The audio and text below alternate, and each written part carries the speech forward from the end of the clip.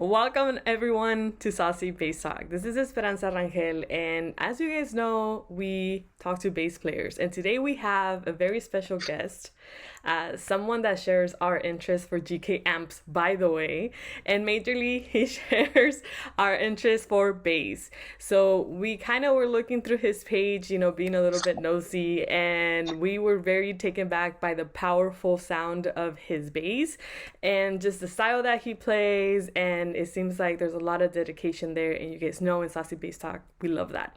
So I would love to introduce to you guys Dance, everybody, dance. so the story here is pretty interesting. So we've never met in person, we've only met through phone or now through Zoom, but nonetheless we were excited to meet you. So I was just telling you a little bit earlier before we even started the interview that I've never talked to anyone from the UK, so it is pretty interesting to hear your accent, but it is pretty neat. And I just want to start first by thanking you for being here today, for taking the time to talk to us and our audience as well. We're hoping to take from this interview some, tips and tricks in what the life is for you in being a bass player, right? So let's start by the beginning. I want to know, how did you start playing bass? How did you become what you are today?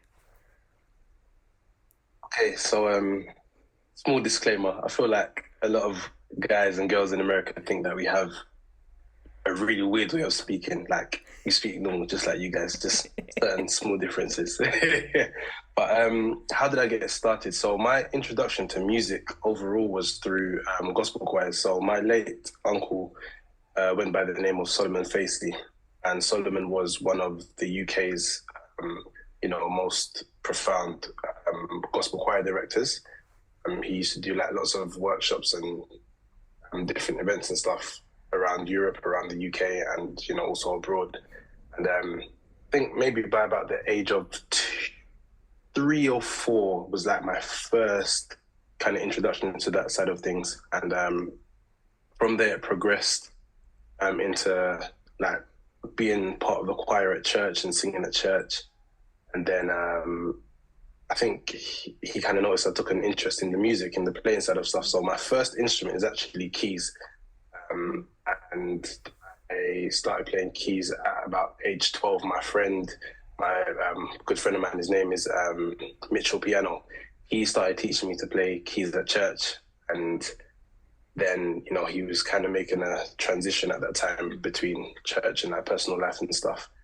And it kind of left me in the deep end. So I very quickly got into the habit of transposing on keys. So I think that was kind of like my shortcut, because he left and I hadn't really taken the time to really learn things properly for myself. So I started playing keys, but then I started taking an interest in the drums. And I think I always did have an interest in drums, but because Mitchell had left the church, there was no one there to play keys. So I kind of had to play keys at the time, but my heart was always with the drums.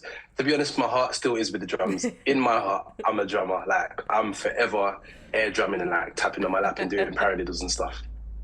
And yeah, so my uncle actually played a little bit of drums as well. And so he taught me my first drum beat, started playing drums for a little while. A friend of mine gave me like my first pair of drumsticks, and kind of started going down that route. But again, there was no one playing keys at church. So I, again, had to go back to playing keys.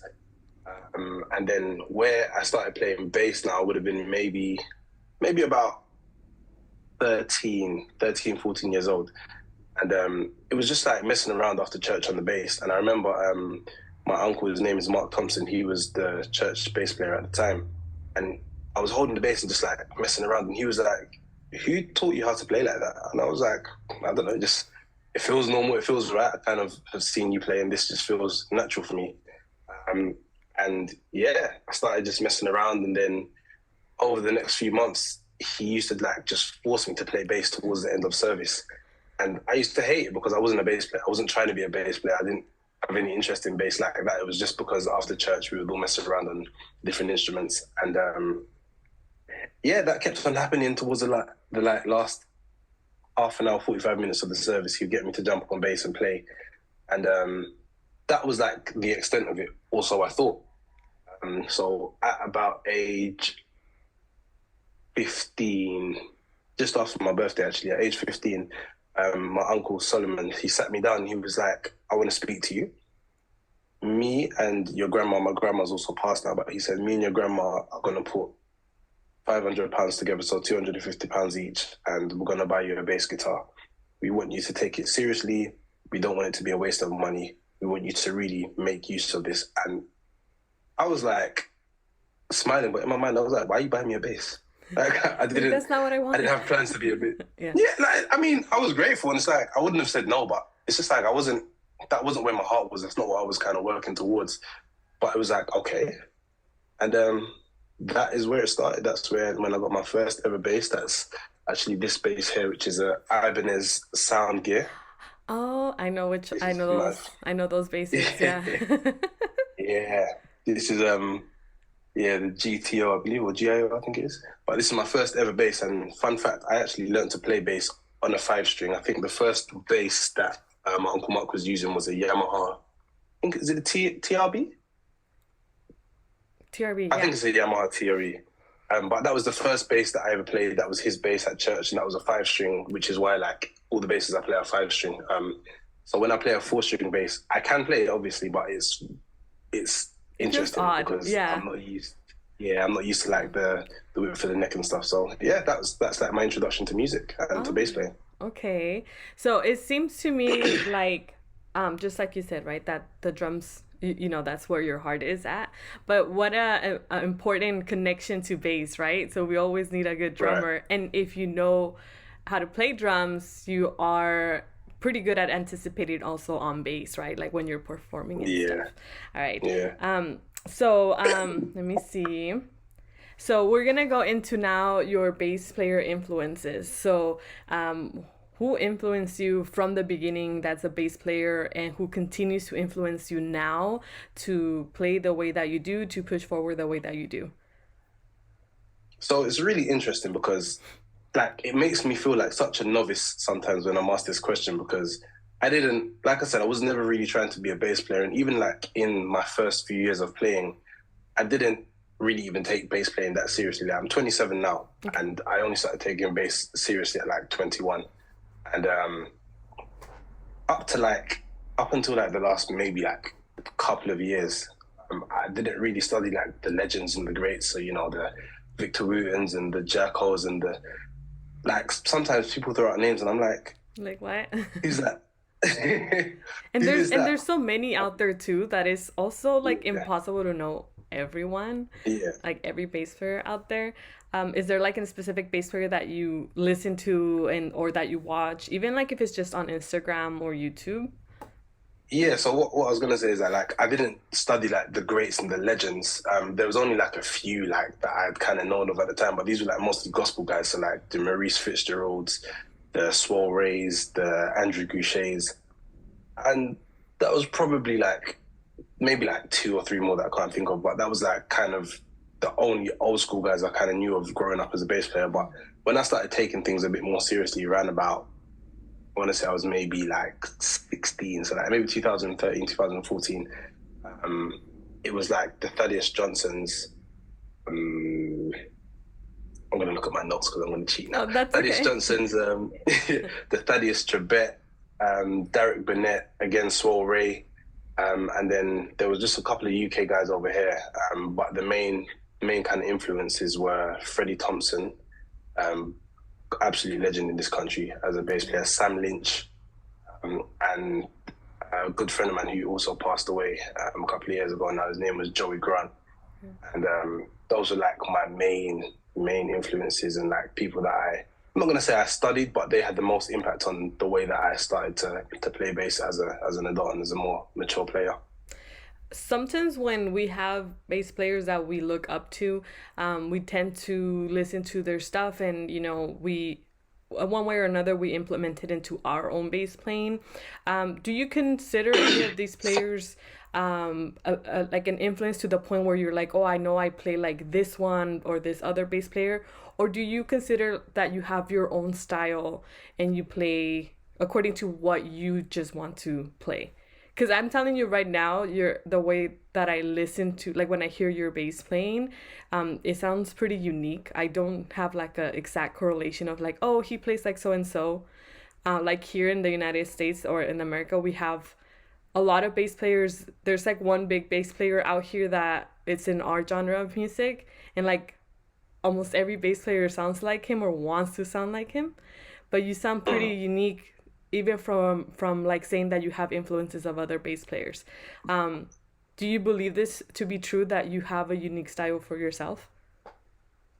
Yeah, I do actually, and I say that really humbly, and actually I take that as a massive compliment, because one thing that I've been challenged with over the years is imposter syndrome, and like feeling like I'm not good enough, and like it's just not quite there, and that actually comes from, again, my late Uncle Solomon. He was very much a perfectionist, um, and I think it's really good. I think it's a really good standard to aim for, but for me, it sometimes felt like if it wasn't perfect the first time round, it wasn't quite good enough. And it always, yeah, growing up, I always kind of felt like maybe I'm not quite good enough. Um, and it's funny you should say that my approach to playing is unique, because in the last probably like 6 months, I had a couple of people like hear something and message me and say, "Yo, is this you, Dance? Like, heard it and it actually sounds like you." Massive compliment, massively not humbling, but I'm just really grateful for compliments like that, because it means a lot, because I do try to be myself. So yes, I do believe that statement to be true. One of the things that people look for in bass players, especially nowadays when we have like social media and there's thousands of bass players out there, is exactly that. It's uniqueness. And also as a Yeah. bass player, you always, I could imagine to be one of the biggest compliments, like they start identifying you by how you play. Now, if someone listens to a track that you were on, they're like, oh, I know who that is. That is Mm, amazing, especially for bass, because it's not so notorious as any other instruments or like vocals, right? So I think mm, that's pretty great. I'm a little thank you. bit curious about what it is like on a regular basis for you to practice. Like, what's your practice regime? Do you have a specific schedule, or how do you even begin practicing, or how you choose like tracks to practice or whatever you're working on? I think for many of us, the truth is we don't practice enough.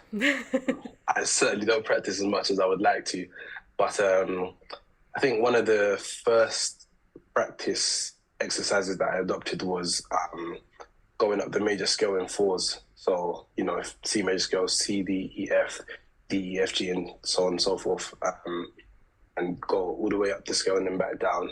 And that really, really helped to build dexterity in my fingers. It really helped to strengthen all my fingers, because at some point all my fingers are working. I remember one day I was one of the like first gigs I've done out of church, like in the industry kind of thing, or in the world, should I say? And I remember like I was playing and I went to go do something, and I was like, whoa, like couldn't believe that I was playing that quickly, that precisely and everything. So that was really, really a helpful exercise for me. But stuff like that, I think in terms of playing, I think I just tried stuff. So like with slapping, sometimes people ask me like, how did you get to where you are with slapping? And I'm like, I don't know. I just tried. I just kept on going, and um, until I got it. And I think, have you heard of Scott Devine from Scott's Bass Lessons? Yes, he's been a So big teacher for a lot of us.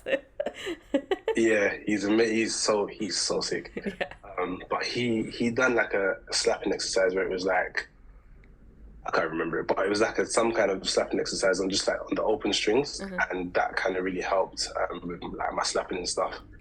Um, Other than that, I guess there was like just practicing different shapes. I'm not sure if you're familiar with like praise breaks or shouts like from church. Like, I hear a lot of gospel. I don't play it yeah. myself. One of my brother does, Mhm, but mhm. I want to get into it. But talk to me a little bit also about how that has helped you as well. So I was gonna say just on the shout stuff or the praise break, whichever you want to call it.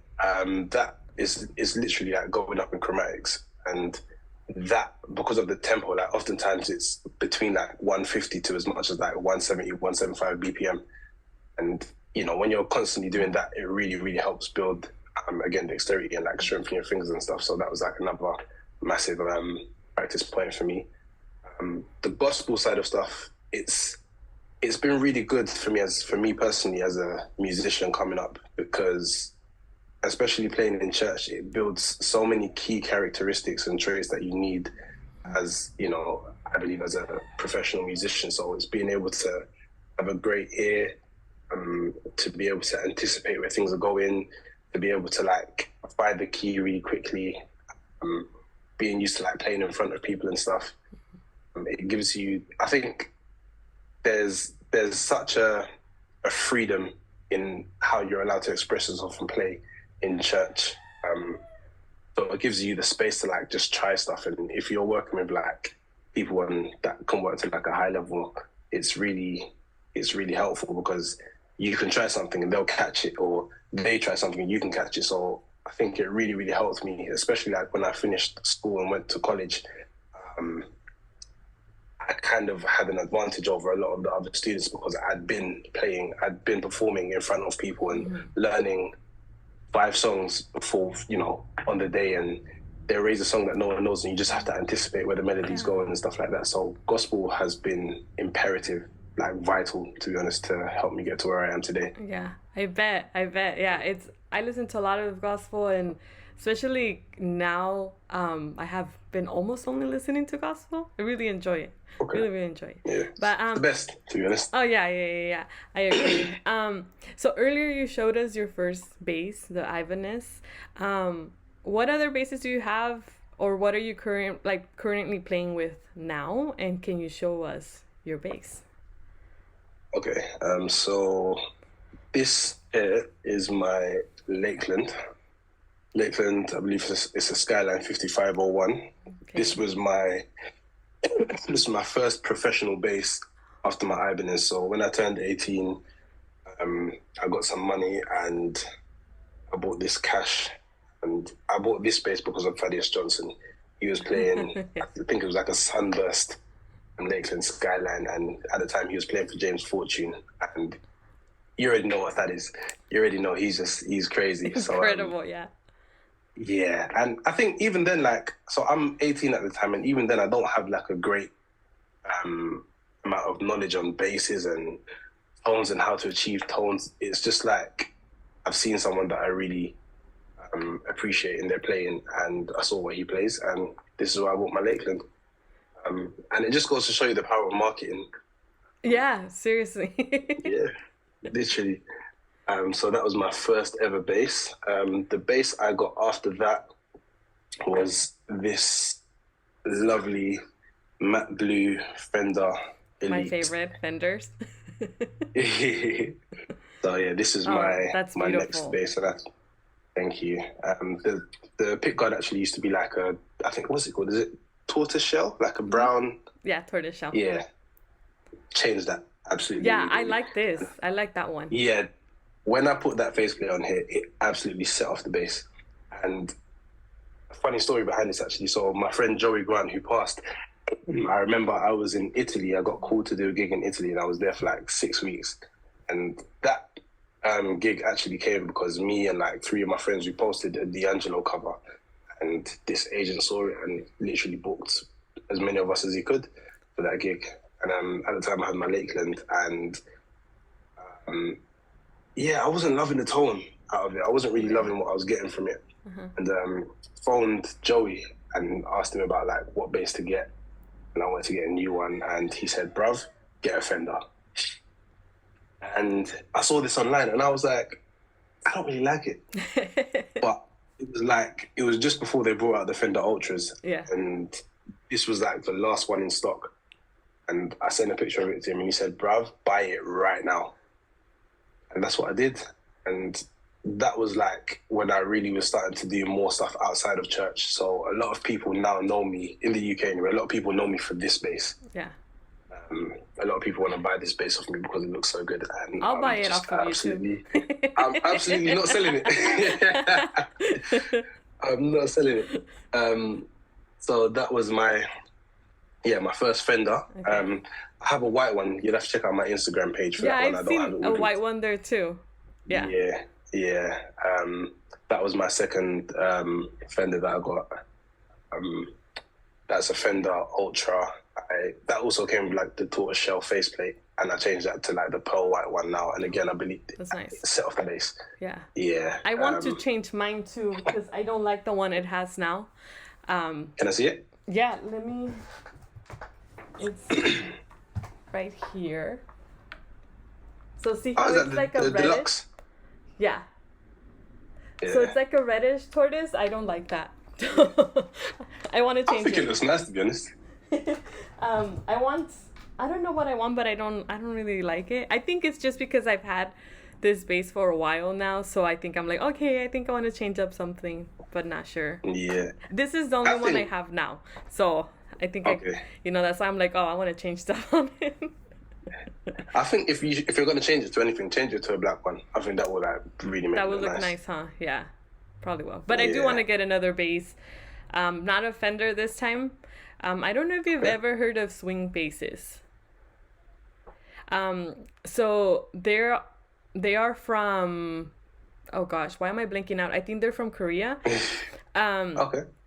But they're really nice, and I'll send you a picture of them on Instagram, and I'll send you a video of one of Please. the bass players that plays them, and I really like them.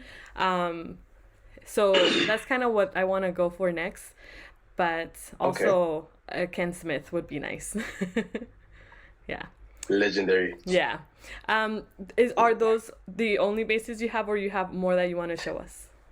So I have this, ladies and gentlemen, this is an exclusive. I haven't really shared this with anybody. So if you want to find out this news, you have to watch the whole of this video. But Okay. I'm about to show you an exclusive. So I've just recently gotten my second endorsement with a UK-based bass company. For me, they are like the pinnacle of bass making. It's a company called Anaconda Basses. Okay. And I don't know if you can see that too clearly. This is the Anaconda J5 Essence. This is not my actual bass. I'm still waiting for mine, which is also another exclusive. It's a new finish that You have to show us an Anaconda's making. unboxing of it. Yeah, I will do. Definitely going to do that. How exciting. So yeah, you said this is your second endorsement? Yes. Wow, congratulations. That's a big deal. Thank you very much. How much do you like Thank playing you. this So, bass? So for me, Fender is a great company. They're fantastic. And for me, it was like the benchmark of basses for me. It's like industry standard. You can't really go wrong. You have instant tone. It's fantastic. When I got my blue Fender, immediately I was like, this is what I've been looking for my whole life. I got my white Fender. I was like, what can I say? You know what I mean? It's like a level above. And then I've heard about Anaconda for a while. I actually met the owner. His name is Andy, and I actually brought my Fender to him to set it up for me when I just got it new. And then I tried one of his basses, and I was like, what have I done? Like, what have I done? So that was like maybe a year ago now, nearly a year ago. And again, I tried his basses. I started seeing them more, played them a couple more times, and I was just absolutely sold. Yeah. Absolutely sold. And like, there's so many things about the brand why like I wanted to be a part of the team. The basses are fantastic. They're on par with any of the best basses that you can name. On par with, if not a level above. It's UK based, it's local. You know, Andy is a fantastic guy, like fantastic guy. He pays excellent attention to detail with the guitars, and it's things like that that make me want to be a part of that kind of a brand. And, you know, not to mention the basses look great and they play fantastically. They feel comfortable. He's not a new brand, but in comparison to like the legacy brands, he's kind of like a bit younger. of a company, but he's already gaining so much traction. There's a few bass players in the States that have. Andrew Goucher has an Anaconda. Maurice Fitzgerald, I believe, has an Anaconda. And yeah, I'm just raving on it because like I'm really happy that I've got the endorsement. But It's beautiful, like, and that's the exciting. guitars, yeah, thank you. gonna It's have just the to- guitars themselves, they're just great. Yeah, it's beautiful. Yeah, that's really nice. I'm like, oh, I want to play it now. You need to, if you ever get a chance. Yeah. He's oftentimes he does bring his stuff to NAMM. So if you ever get to Oh, go to I NAMM, like, usually please go to check it NAMM, out. so I look for them next time if hopefully they're there. We Yeah. have about a few minutes left, like about 5 minutes left. But I do want to talk briefly about your GK amps because they're marvelous. Talk to me about how much you love them. So I didn't know about GK for a long time. Again, I think my knowledge was just really limited when it concerned anything bass. But I think I don't know. I was somewhere and I played a GK and I was like, whoa, because it's Powerhouses. punchy and like like the power, the clarity, like the punch, everything about it, like the lows, like it was incredible. But I was like, yeah, I didn't really like how they looked. So like the older ones, I was like, they're cool, but I didn't like how they looked, and they were like the heads were like huge. And when it comes to me, I don't appreciate like the vintage, old school looking stuff. I really like modern looking things. So when they brought this out, I was like, Sold. yeah, sold. And I think I tried the model before this, and that was my first. When I actually got to play it on like a gig for myself, it was on a TV show that I did called Dancing on Ice, and I was like, I need one. And then the following, I think the same year, later that year, last year, they brought out this GK Neo, Yeah. and yeah, I had to get it. Yeah. And ever since I've got it, there's no going back for me. Yeah, no, I say the same thing. My brother also plays a GK amp. My dad also does. My cousin also does. And when I got mine, I just thought I'm never going back to anything else. I had an Aguilar before. It was okay. Yeah. I've tried Mark basses. Not my cup of tea. I really, really enjoy Yeah. GK amps just because of what you said. Also, the punchiness of them. I don't think people understand how punchy they are, and that's important for me. So when I go perform and I take my GK,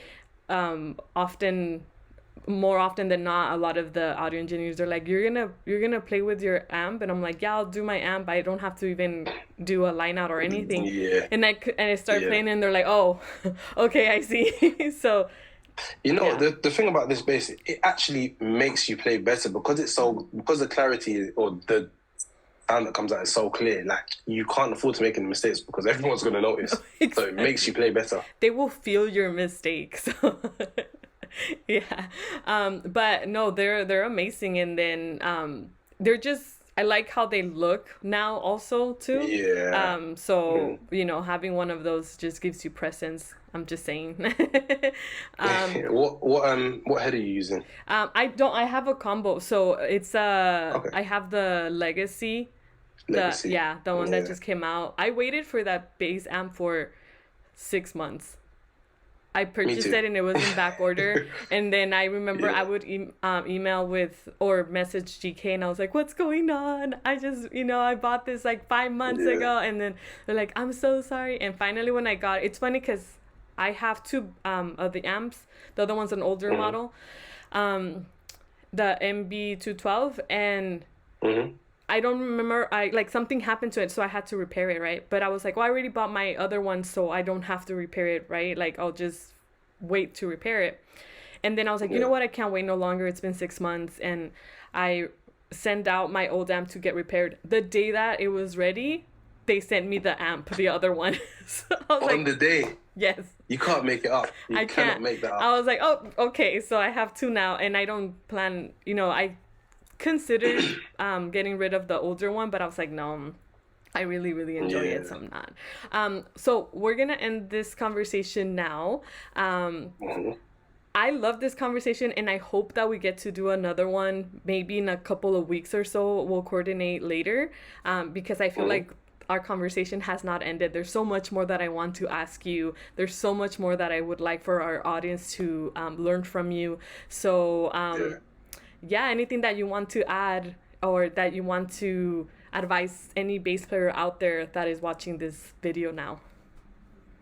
I think I would just say that there's so many reasons for you to doubt yourself, but there's even more reasons for you to believe in yourself, because there's room for everybody. There's an opportunity for everybody. You just have to find it, and you have to believe in yourself and just be yourself. Don't try to be anybody else. You can take things from others and implement that into your own playing, but you got to make it yours. Believe in yourself and just go for it. I've been doing music full time for just over a year now, and before that I was a bus driver. I was driving trucks full time, and I took the leap of faith. I prayed. God is number one for me. I prayed, and I believed that God would sustain me and provide for me throughout this journey. I took the leap of faith. I've been doing it for 1 year now. A year ago, I never had any of this. Like, I genuinely never had none of this. I never had the keyboards. I never had the studio space. I never had none of it. Believe in yourself. It can happen. That's my advice for now. Thank you. I will take that advice from you. I loved it. I want to thank you again for being here with us today in Saucy Bass Talk. I don't know how we're going to do this, but I would love to send you some of our merch that is going to be launching pretty soon. We'll figure it out. Yeah. I've never sent anything out there, but I'm pretty sure we could get it right. Well, we're signing off. Thank you everyone for watching this interview. I'm pretty sure you guys enjoyed it as much as I enjoyed sitting in here with Darns. And we will hear back from you soon, because I do want to have you back on here soon. When you're ready, I'm here, man. Thank you for having me. It's an honor and a pleasure that you consider little old me from London in the UK. So thank you. It's been a pleasure. We're honored. Well, thank you so much, and enjoy the rest of your day, okay? Thank you. Take care, guys. Peace.